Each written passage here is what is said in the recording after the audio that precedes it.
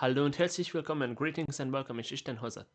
In the next balance patch video, we will be looking at the core set today, and the changes you will see here are the actual changes, and actually they are already implemented changes because by the time you see this, the tabletop simulator port for Tassel is out. It has the core set and the Sovngarde collection, which will be featured in another video. So for now, we will go through the balance changes in the core set. Before starting the showcase, let me just quickly explain what the balance process was. So I assembled 10 people. I asked all of them of their opinions on the core set cards. We had a huge sheet. Everyone wrote how they will change cards there. We had a video where I showed you everything that was on the sheet. And then, after careful deliberation, I have settled on one change in the end. Some cards that were proposed to be changed are not changed because I am trying to keep Tassel as much in the state as we have seen it last as I can, while also giving more cards time to shine, because my problem is that I don't want to upload useless cards to Steam Cloud, because if I port the cards to TTS, then I have to upload the cards as PNGs myself, and I don't want to waste my cloud space. So the goal is to have the very bad understated core set cards be up to date with Joseph Oblivion meta. Although for now, of course, there is just the core set in TTS, but the whole balance patch is made with the mindset that we will be playing this in a Joseph Oblivion meta. So with that said, let's start looking at the changes. We will go by color, so we start with strength, and then we will go by cost. I will show you the original card, or at least the version that was up on the UESP. There will be one problem with that, but we'll get to that. And then I will show you the changed version, and I will give you a brief explanation on why the change happened. Although most of the time, just as you look at the card, you will see that it indeed needed a change. Let's start. The first card is Rift and Pillager. This is not a bad card per se. It has a unique effect. And I thought that because some people wanted more agency to this unique effect, then we could change this a bit around. The change is pretty easy. We just gave it a power. Waylandwood Huntsman is in a similar place. As a 3-cast 3-1 with the summon deal 1 damage, it's just not impactful enough. But if we just reduce the cost, that will be too much. As you can see, we did reduce the cost, but we also reduced the power. So it will be a 2-cast 2-1 now. Fireball at 4 is unplayable. I'm not sure if this will become better at 3, but at least you have a bit more space to play this considering your resources. Trebuchet never hits the creatures that you want it to hit, and also doesn't really survive. So we were looking at this card for a while. This is risky, changing the stats of Trebuchet, because this could spiral out of control very easily. But I think that if we just give it +1 health, then it shouldn't break the card itself. Although it breaks the symmetry of being a 4-cost 4 health with 4 random damage on run start. This is actually a change that I'm a bit afraid of, because we are changing a Daedra. And if we are changing a Daedra, we have to see that it might be part of Invade. But Dread Clan Fear isn't displayed in Invade decks. Maybe we could buff this and reduce the cost of the card by 1. It gives a bit more power to aggro, which isn't bad per se, because we will be playing in TTS. And long matches there, matches that took for 45 minutes in Tassel, will usually take for 1.5 or maybe 2 hours in TTS. So maybe we can be a bit more lenient on giving aggro buffs, although I don't want for all the matches to end on turn 5, 6, 7, 8. And last strength card that is changed is Radical Forge. The change is easy to guess. We just reduce the cost of this card by 1, which will give a bit more value to mid-range decks that went into control territory, and maybe can be played in some aggro decks, although I don't think this is an aggro card. Moving to intelligence, we start with Belmer Spymaster. There has been a long debate on this card, as you might have seen in the proposed changes video. And the long debate was because this isn't clear by the text that the card says. But when Belmer Spymaster rolls the random creature, we first roll the cost of the creature. So if you are turn 2, then there is 33% chance that you will get a 0 cost, 33 that you will get a 1 cost, and 33 that you will get a 2 cost. And after that rolls the creature in set costs. I decided to keep this, although there have been voices pushing against this way of rolling the card. It will be explained on the spreadsheet that we use with TTS, that this is the way you roll for Spymaster's Last Gasp. But instead, to reduce the value Telvanni gets from Spymaster, I have decided to make it a 3 cost, which means that it doesn't come down with your conscription, and also it will come down later with altars. So this is the change. I hope it is only affecting Telvanni and doesn't affect the decks that try to just play Spymaster and spam it until you get a good creature. Now the next one is a highly controversial pick, because some of the Balance team members remember a time when Crystal Tower Crafter used to be a 2-2.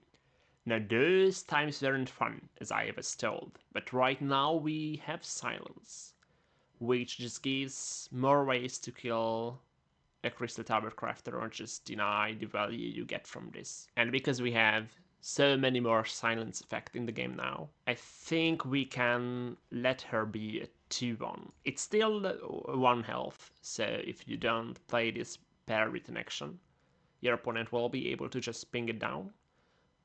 But this gives the card a little bit more aggressive value, while not helping her sustain herself, since she starts at 1 still. And a similar thing happened with Craiglan's Scavenger, but here, since this is a 3 cast, and there are less supports than actions in decks usually, we went with that the health will be the one changed. And so you will have better chances of sticking Craiglan's Scavenger to the board before your opponent removes the card. Foresight Narrate is a useless card. What if Foresight Narrate looks at the top 2 cards of your opponent's deck and then gives you intel not just for the next turn, but for the next 2 turns? It still doesn't make the card on base value more powerful, but it gives you the value of this card isn't in the stats and in the cost, rather in the intel you get from this, and I think because of that there might be some decks, either control or just aggro, that will try to spam 1 or 2 copies of this. We'll see. There is a clear problem with Asserant, and the problem is that there is a forecast 2-3 with summon, deal 2 damage to a creature and shackle it. Well, deal 2 damage to a creature and shackle every creature damaged by Icy Shambles, which came out in later sets, so it isn't surprising that the later set card is more powerful than the cursed card. But then we had to decide what to do with Ice Servant, because right now you just wouldn't play this in any deck, because you have the Icy Shambles. Icy Shambles is a control card, so I was thinking, if we make this a control card too, then again, it will be in the same spot. Even if we make the stats the same, you will always just choose the one that shackles. So instead, a servant has been pushed a little bit more aggressive or combo-y. I don't know which path it will take, but right now the way we will play this creature is that if a servant's summon ability kills the targeted creature, then you will be able to deal 1 damage to your opponent and maybe trigger an effect later on, maybe empower. Right now, if you have Thievesden on board for some reason and you're playing Thievesden Servant, I don't know yet how we will play this, but this just gives it a little bit more potential and than maybe a servant confined deck where this is actually useful. This card right here is the perfect example of why the balance patch has been made. It is actually one of the key cards that I was thinking of when deciding to do balance patch alongside the port. Because on paper, just in a white room, this isn't that bad. I mean, it has a ward, so basically it can attack twice. It should, with 5 power, it should trade 2 for 1. But yet there are just so many effects that can deal 1 damage and ping off the ward, that can silence and deal 1 and already dies, curse, -1/-1. We needed to do something. And the thing that has been done is just... Oh, I just realized Okay. This is why it's good that I'm looking at the cards. It's just a cost reduction, and no, the type isn't changed. There are some mistakes that I have made. I already saw one. This is why right now the port is published, and then in a few weeks I will push a patch that replaces the pictures of every card that isn't right in its current state right now. And it turns out that Glenember Sorceress will be one of them. Now, Somerset Orrery is a card that you wouldn't play in any deck, not even in Prophecy decks, although it was made for Prophecy decks mainly. But there is just nothing that you would want to do with this card. I think the change doesn't make it desirable, but it at least gives it some value, so if you randomly generate an Orrery, then maybe you will pick it, I don't know. But now it will be a 5 cost, and on Last Gasp, you will draw a card. Next up on the list is Studium Headmaster. It is not a card that you will play in many decks. It gives your opponent value 2, but it is in blue, so you can't really be mad at the card being low statted. This is the power of blue, and also blue doesn't have many good ways to draw. Green is the draw color, so the effect itself is fine. Still, it's a bit high casted, so we'll just drop it to 5 and hope that maybe you will play this in some decks now. And the last card that is changed in intelligence is Shocking Bomasi. This used to be able to deal the damage to phase 2, but because it was strong in Arena, since in Arena this is a common card, so it got drafted quite a few times, then it was nerfed. So right now the damage is only able to target creatures. But with TTS we won't have an Arena, so we just gave it back its original power. And also another mistake is that the rarity got changed somewhere along the lines, but it is actually still common. The first card that we look at is Alpha Wolf. We have the same problem here with Glenember Sorceress. It is a 1, but as Alpha Wolf is trying to be the support card for Wolf decks. So I don't think that going it +1 health will change too much, but maybe it makes it playable in some scenarios where you will just have to keep Alpha Wolf in your hand, and then your board dies before you get to actually buff them. Imperial Might is one of those infinite value cards that actually have no value, because on the one hand they can be removed by a support removal, and on the other hand they are actually a 5 magic do nothing. And in this tempo-oriented Tassel, especially in later sets, that just doesn't fly. So what I try to do is that we bring down the cost to 4, but with this maybe it will be too powerful. Like this against decks that go long and don't have support removal, which not having support removal is already a choice that you consciously make when deck building. So for cases where it will be a problem that this is generating infinite value, I have changed it so that the ability only triggers if you summon the creature this turn, which means that you can still miss on a few turns, but otherwise it is usually summoning you a grunt every turn outside of the turn that you play Imperial Might on. So this is a tempo gain with the reduction of the cost, but a tempo less because on the turn where you play Imperial Might in, you won't actually get to summon an Imperial Grunt unless you have summoned a creature. This card brings back nightmares to some who have been playing this when it used to affect the whole lane. And I agree that was too much. But maybe the current version doesn't have enough value anymore. So what I did is that we gave it Drain. But the Drain is lost after you attack first. So on the turn you play this, you can give Drain to a friendly creature. This will be usually a 4 or 3 power creature in willpower. And then the next turn you can Drain for 5 with Tribune. But then it loses the Drain. And with this, your opponent has time to react to the Tribune, maybe shoot it down, or just silence it, or shackle it, and then the Drain is delayed or gotten rid of. So this will help the opponent have some agency when playing against this card, while still giving you more value out of the 5-cost Pillaging Tribune that you have in your deck. Now, Spiteful Dreamer shouldn't be weak on paper, and actually it was played in some decks. And of course it's a Daedra, so it's played in Invade. But compared to Leaf Lurker, and green should be a weaker color on its own, without the packages that green has, so green is strong because you play more cards than one per turn. But in yellow, the 4-3 just didn't cut it. So we upped it to being a 5-4, which could be too much, to be fair. But I think because this is enough to invade, and because at 5 there are just so many cards you want to play, maybe giving it +1/+1 will help us give another good 5-drop to yellow, because yellow actually needed that.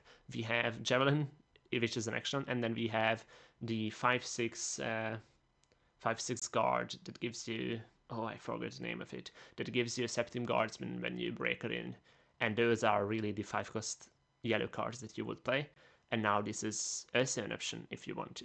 There are many of us who started the game and thought that Imperials are cool, and then the token spell sword we had, and maybe we didn't even know that it is token spell sword, we just knew that it's an Imperial deck, just turned out not to be that great.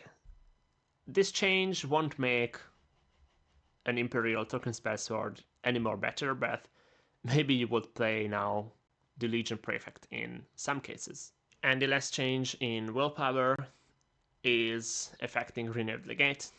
This is still in the same spirit as the Legion Prefect change. It doesn't help the card much, but maybe it makes it more desirable in certain scenarios, so we will give it 1 health. And now moving into Agility, we have Aranthia Swindler first. The card is not used because it is control card in the sense that it is controlling the meta. If the meta would have gotten too item-centric, then you can just spam Aranthia Swindler in decks and try to counter the meta with this pick. But the meta never got that item-centric because there is Silence. So actually Silence solved the possible scenario where Aranthia Swindler would be a good card. So the question is, what do we do with this? Like, reducing the cost, upping the power doesn't make it a better card because the effect itself is useless, which means that we have to change the effect. And the way we change the effect is that you can steal all items from a creature, and it doesn't have to be an enemy creature, which means that you can play this in some item archers and also in some item assassins. And in Assassin, paired with Gardener's Swords, that is coming later, this could be a powerful combo that you can play on 6. And now let the Horns of Triumph rage, and as the goblins have been defeated, or at least stalled. Mirkwater Skirmisher costs 5 now. And closing the agility changes, we have Chimeran Scout Leader here. She is a card that lacked the deck that really went on for Wounded, because decks that cared about Wounded would play Sylvaner Tracker and then Leaf Lurker and finish off, and that's that. Maybe as a 3-2, you can play it in some cases where you wouldn't otherwise, and that will be enough. Now, starting Endurance, we have Blackmarsh Warden, and the change is actually not a change, as you can see. You don't see anything changed. Why? Because the card is summoning an Argonian recruit.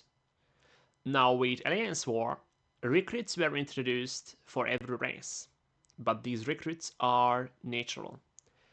And the actual change is that the creature Blackmarsh Warden will summon will be an Argonian recruit again, which was in the game at the corset times. Will it change much that you are summoning an endurance creature? In most cases not, but in some cases, this is an Argonian, this isn't just a natural card. And maybe with Gloomwraith that cares about other endurance creature, and there is also the Mammoth that draws. Maybe in those cases it will come in handy to have +1 endurance card on the board. It's time to come clear. I was part of why the change happened since I was part of the balance team. And also because they have been talking to me, I might have affected them. But we are changing Disciple of Namir, and this is where it comes in that the picture that UESP had is just not up to date. Disciple of Namir used to be like this: when another friendly creature in this lane dies, draw a card. But right now it only draws at the end of turn, and during the turn it raises a counter. The reason this was introduced is because there have been some decks that have been able to cycle through their whole deck in one turn, and those are just not fun to play against. But what can we change?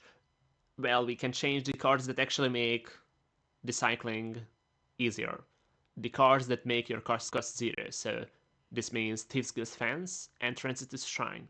But these aren't corset cards, so right now we just don't get to balance them yet.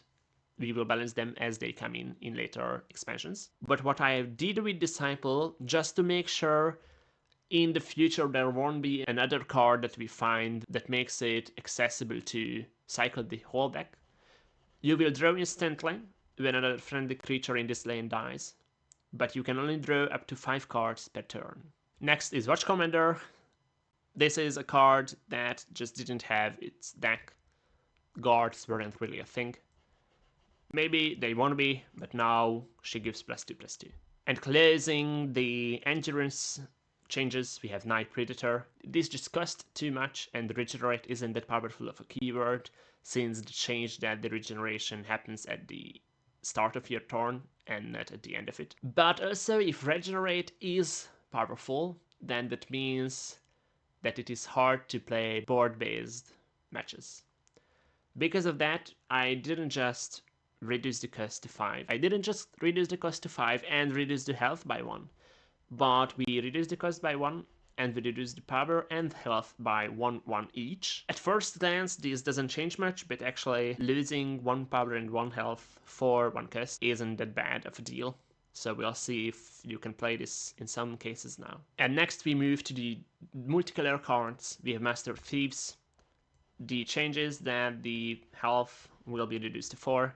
This makes it susceptible to Lightning Bolt and just gives it better traits. Still doesn't take away the value you get from playing this card on the turn you play it. It just makes counterplay more accessible, and I think it will be better for these combo decks to have more interaction, and then they will be less annoying to play against. Cedrus Agent is a card that suffered much from the single introduction of Sorcerer's Negation, so the change is that it will survive Sorcerer's Negation now. Skywitch Vindicator was changed once. It was a 5 cost, if I recall correctly, but I haven't played back then, I just heard about this. We will still leave it at a 6 cost, but the damage will be able to go face. And the other change that is quite funny is that the picture got buffed, as you can see. So, because the text takes up less space on the card, now we can have a larger Skywitch Vindicator. And closing the dual color segment, we have Felonious Reaver.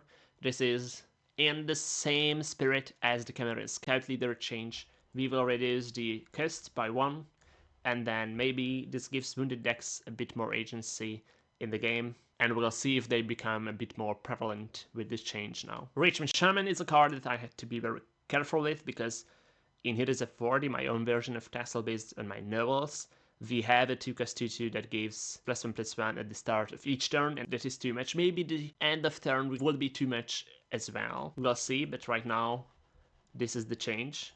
It will give at the end of turn, but only in the same lane, so you can't drop this in Shadow while you're playing for your field. You have to protect it, and maybe that gives its counter value for the buff it got. Next up is Slaughterfish Spawning. This is one of those cards that live rent-free in our heads because the value, imagine the big slaughterfishes. Yeah, I want those, but you just don't get them because they have 1 health.